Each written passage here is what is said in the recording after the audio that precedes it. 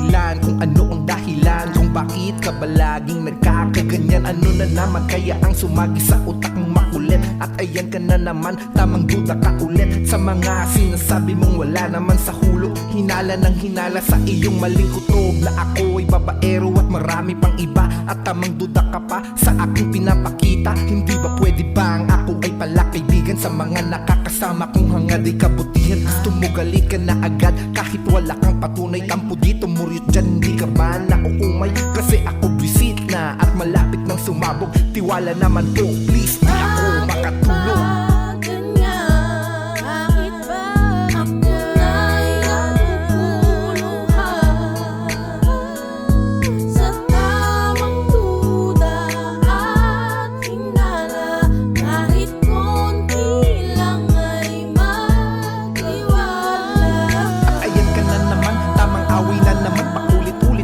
At mga bangayan, hindi ka ba napapagod na ako ay away? Na nung klaseng paliwanag ba ang gusto mong marinig? Hindi ako manghuhula para ikaw ay hulaan sa mga iniisip mong maling nararamdaman. Ano pa ba ang gusto mo na aking gagawin para lang mapatunayan na ikay mahal pa rin? Dahil kung di mo sasabihin, paano ko malalaman? Pakiramdaman na lang ba ang bawat kasagutan? Kung may paraan naman na pwedeng pag-usapan, makinig ka naman, yun lang ang aking kahilingan. Dahil sa totoo lang ako na ay nahihirapan sa mga paliwanag ko sa'yo. Ayaw mong pakinggan, nakakagago ka na po. Wala itong halo na biro, sana wag dumating ang pangako ay mapako.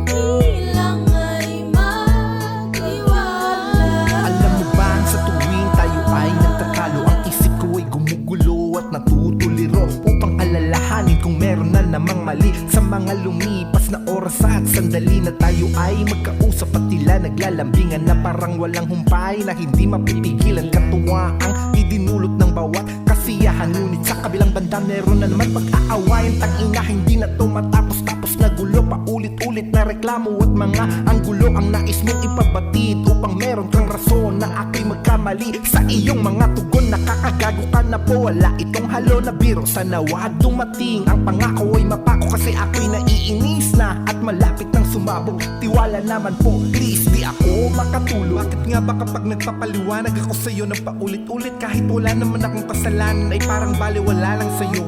Ano pa ba ang pagkukulang ko o dapat kong gawin para lang mawala ang pagdududa at mga tamang hinala mo? Dahil alam mo ba, sa totoo lang ay nakakasawa at nakakapagod din po. Para saan pa ang mga effort ko para sa'yo kung mas nangingibabaw naman ang pagsiselos mo?